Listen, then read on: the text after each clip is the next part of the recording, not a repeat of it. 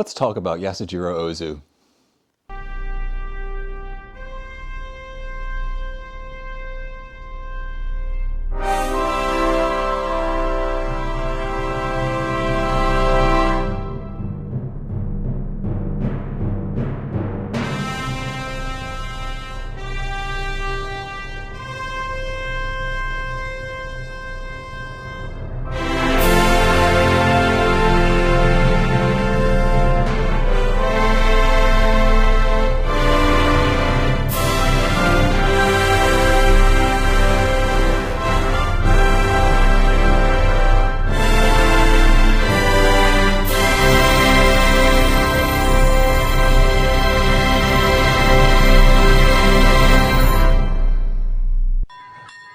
Hyperbole tends to have the opposite of its intended effect.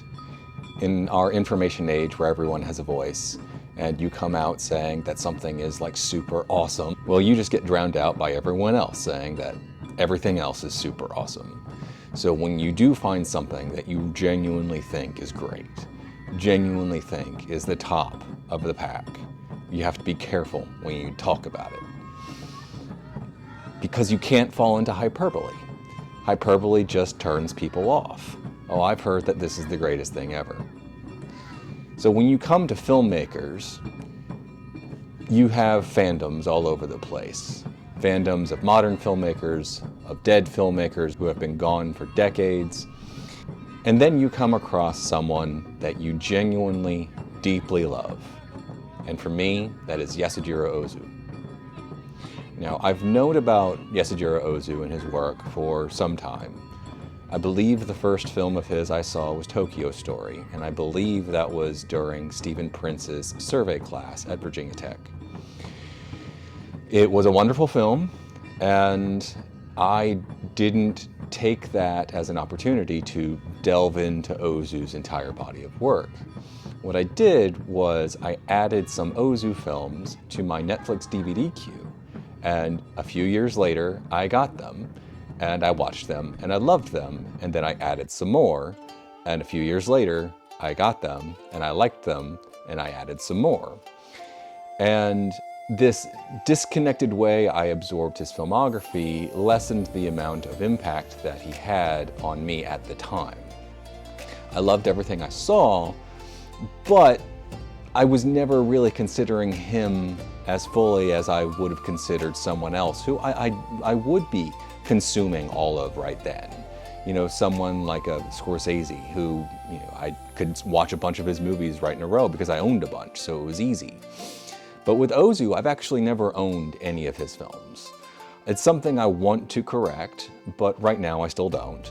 But having gone through everything on the Criterion Channel, I can say that Yasujiro Ozu might be the greatest filmmaker to have ever lived. And it seems unusual to say that about a man who refined his style to the point where he was no longer moving cameras, where he kept cameras very low like this to mimic people sitting on a tatami mat, and who actually sometimes kept drama completely off screen. He specialized in small family dramas, and within those small family dramas, he made some of the most emotionally impactful moments of cinema I have ever seen. And I want to share him with the world. I am not the first person to discover Ozu at all.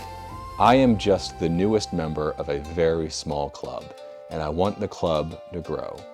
I want more people to see and appreciate Ozu as the absolute genius and master of cinema that he was.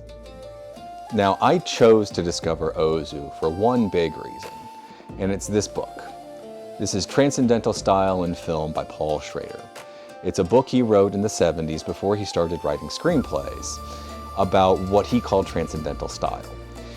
And the style is something very limited to a handful of filmmakers that he saw at the time and loved. And they represent a very withdrawn, subjective, contemplative style that highlighted the mundane realities of life in order to bring the audience to a transcendental state where they could see beyond the human experience, if only for a moment. The three filmmakers he focuses on are Yasujiro Ozu, Robert Bresson, and Carl Theodor Dreyer.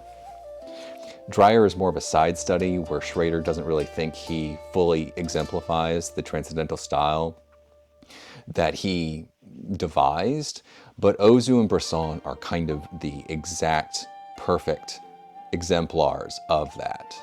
To add just a little bit, he wrote a foreword in this edition that he includes discussions of the style beyond his original writing, with the early focus in the foreword on Andrei Tarkovsky, whom he pretty much describes as having perfected the style, and then going on into a discussion of slow cinema from people like Béla Tarr. I've never seen a Béla Tarr movie, and I'm genuinely not that interested. However, Ozu interested me. And when introducing someone like Ozu to new viewers, you have to be careful. It's not just the dangers of hyperbole, it's the dangers of a completely new and different cinematic grammar. And that begins and ends almost entirely with pacing.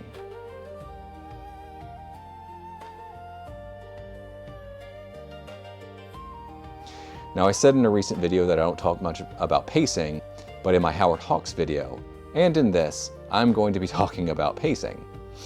So when it comes to Ozu, his films are very deliberately and slowly paced. They never stop. He will never just spend 5 minutes looking at a branch or something like that. But his stories are deliberately built in a way, through editing mostly, to give a very slow progression of events. So it's slow, but it's very steady. Things are always moving. So in Schrader's book, he mostly discusses pacing regarding Bresson. But I feel like the pacing issue is very important when it comes to Ozu, and I'm reminded of something that Stephen Prince said in class when describing how Ozu built his scenes. The key is that he would start scenes a little too early and end them a little too late. So scenes begin with the shots of empty rooms. No one's in them. It's just a quiet shot of a second or so of an empty living room or a private dining room in a restaurant. And then suddenly a character walks in. And then we'll have our scene. It will be quiet. It will be reserved. It will be about people discussing who they are, about their plans for other people. And then the scene will end, someone will say goodbye, and then they will walk out of the scene, and we will either see an empty room or the person left behind as they have a moment to reflect. And it's not just the characters who get a moment to reflect, it's the audience as well. The key example I can think of regarding his style of pacing comes from his film, The Flavor of Green Tea Over Rice. It's the story of a childless, older, middle-aged couple who are visited by their niece, who decides to introduce a bit of anarchy. See, she essentially sees that the husband is mistreated by the wife, and she wants to correct that. And her interference leads to a bubbling up of hidden issues within the family that leads to an argument late in the film. One of the central images of the argument is the eponymous practice of pouring tea, of pouring sauces on top of rice. The wife sees it as gauche and provincial. The husband is just, it's something he's always done.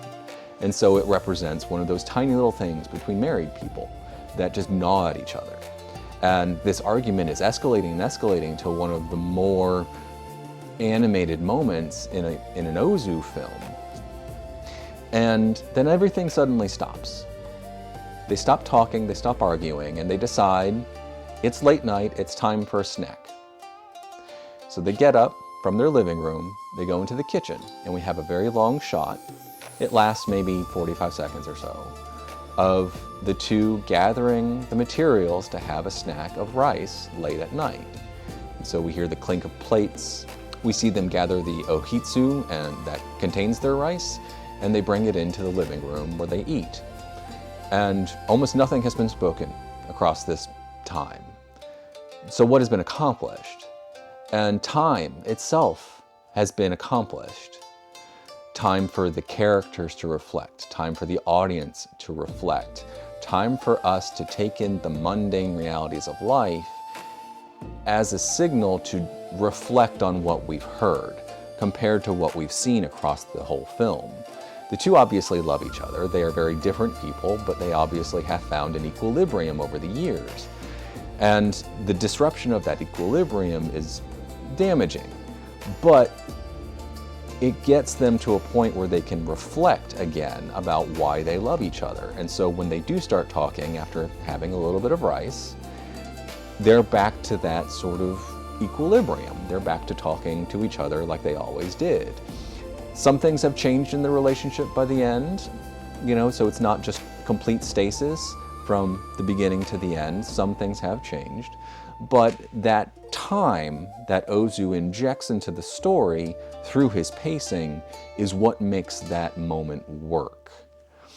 And he fills his films with these sorts of things where people just have these moments, these little moments to reflect. And so you have all of these films where it feels like nothing's happening, but actually the films are never stopping. They're constantly moving. Things are actually always happening. He's just very, very subtle about it. And that is entirely sold through his pacing.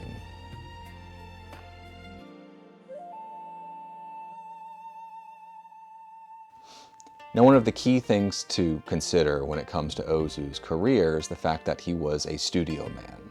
He worked for one studio his entire career, Shohiko Studios, except for 3 films later in his career, where he was loaned out to make films for the 3 other major studios. And when he started in 1926, the same year that Howard Hawks started. He was not Yasujiro Ozu, master of the cinematic craft in 1926. He was a young guy who got hired to direct films by Shohiko.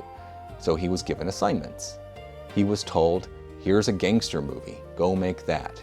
Here's a comedy in the style of Ernst Lubitsch, go make that. So he would just go off and he would make these individual films in completely different genres, just like any other studio filmmaker would. And what's interesting about these early Ozu films, most of them silent, is that he completely made them his own.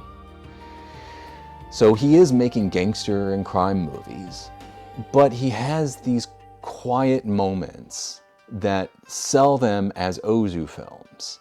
He has resolutions that sell them as Ozu films. He's making himself incredibly distinctive very early in his career when he's no more than a studio director. And he was highly respected. The Kinema Junpo Award was granted to him 6 separate times, and for 3 years in a row he actually won it, from 1932 to 1934. He was highly, highly respected. But his films didn't really meet box office success until 1941 with The Brothers and Sisters of the Toda Family. In the pre-war period, Ozu was dealing with an imperial censorship regime that required certain subjects and made taboo others. It was within this censorship regime where Ozu gained his critical acclaim as well as his power within the industry. And so when the censorship regime died out after the end of World War II, and that censorship regime was replaced by the American occupation censorship regime, Ozu's kinds of films perfectly meshed with the new direction of Japanese cinema that American occupiers were demanding. One of the stronger examples of this change is in Akira Kurosawa's career. He began directing films during World War II, and his second film is a propaganda film called The Most Beautiful, about the women who worked in wartime factories to make pieces of equipment for wartime material. And then Kurosawa's first post-war film is a film called No Regrets for Our Youth, which was made under the American censorship regime. And it tells a story about how militarism is bad and agrarianism is good. It's very nakedly a propaganda film in a completely different direction. Ozu didn't really have that issue. He never really got that political overtly in the imperial regime. The most is having a character deciding to go to China in order to kind of discover himself, and it's not at all hidden that he's going there to be part of the occupying force of Manchuria. However, post-war, Ozu was able to focus purely on his family dramas, and this is where he enters his golden age. This is where everything fires on every cylinder. I really like his pre-war stuff, it's very good, but it's his post-war stuff where he is able to begin refining his style at a most exacting pace that things really kind of explode for him. And it's really interesting because Ozu's popularity reached its absolute height at the same time that Kurosawa's popularity really gained. So through the 50s, we have these two kings of Japanese cinema making completely different films. On the one hand, you have the very Eastern and Zen-focused Ozu making quiet family dramas. And on the other hand, you have the very Western-inspired, action-oriented Kurosawa making adventure movies. And they're both extremely popular. And in this period, Ozu really began to refine and to repeat himself. There's a lot of repetition in his early films, especially around images and types of characters. But this is where repetition becomes kind of the name of the game.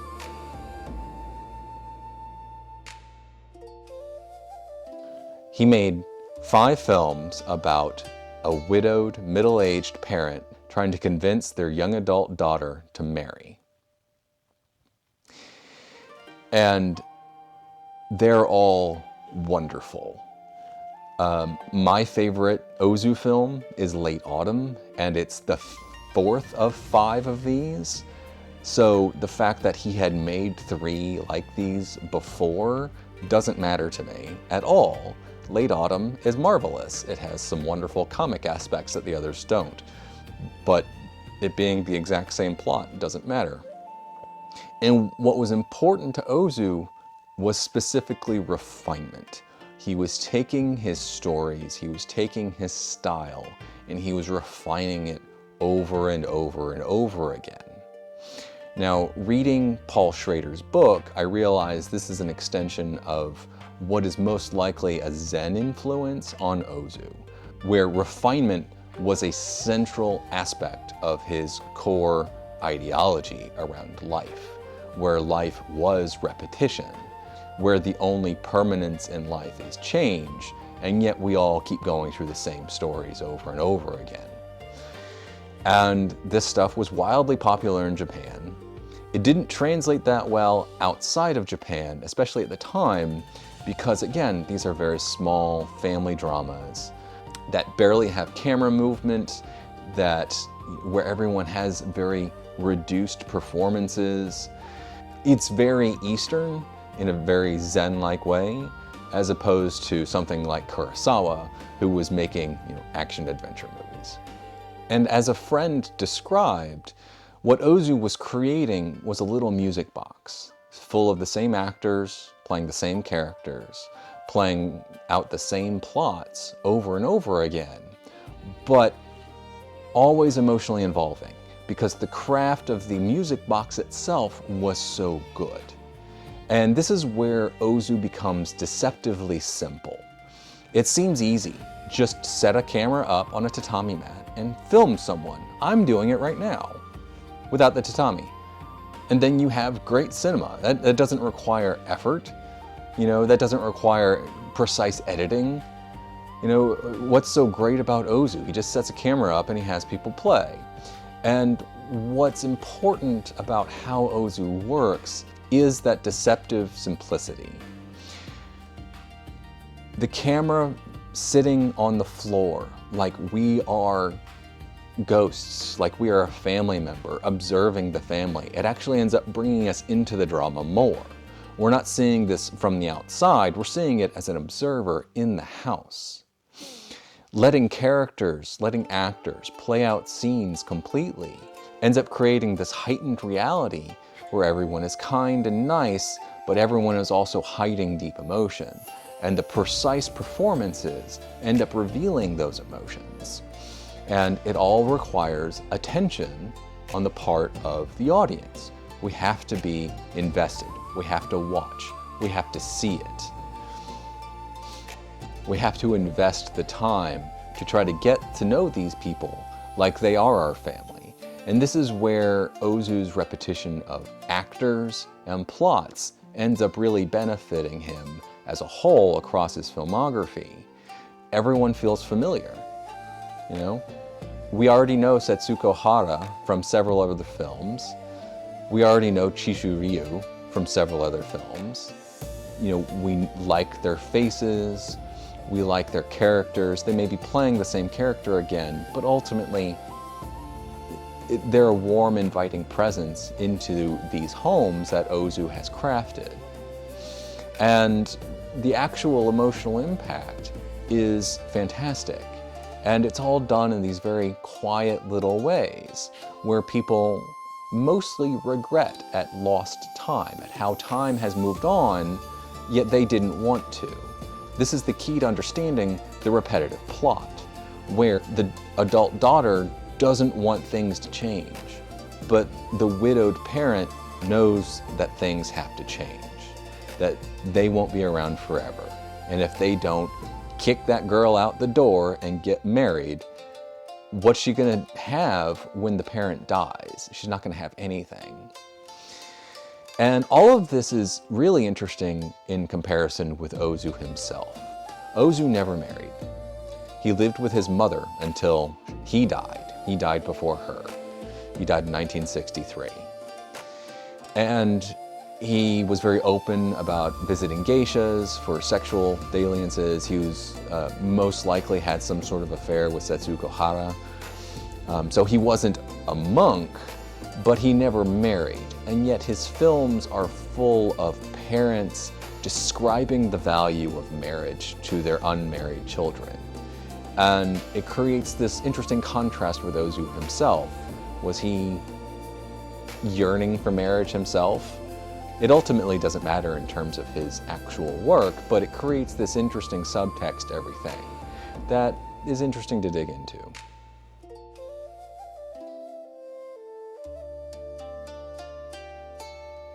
And so let's imagine for a moment you've watched this video and you've decided I should check something out.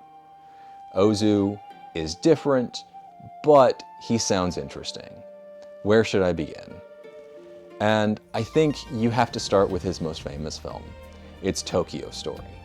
And I preface this recommendation with all of these caveats and descriptions because Tokyo Story starts with a 5-minute long scene of two older people packing.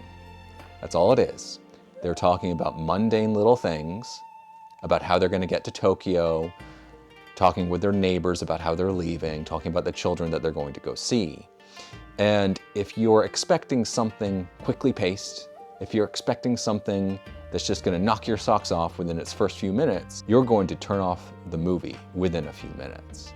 And so you have to know to let things play out. They have to play out over the course of the entire 2.5 hours. And if you do, by the end, you will be invested in the final half hour that grips you emotionally and won't let go. And it's all done in this deceptively simple style about a family just trying to get through a week of a visit, where two parents decide that they're going to go visit their adult children and say, we want to spend time with you, but then life just gets in the way and they can't. And then you're left with this marvelous sense of regret and sadness in the end when it becomes obvious that it is too late to find what was missed.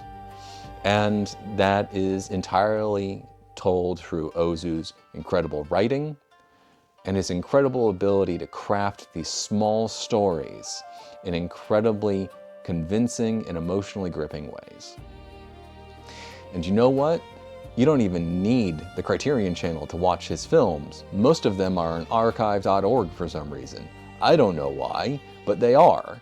So go watch them. discover an Ozu. And you know what? If you give it the time, if you give it the attention, I do think you'll find a new family that you will feel a part of, if only for a couple of hours. So please, discover Ozu with me. Let's make the fan club a little larger.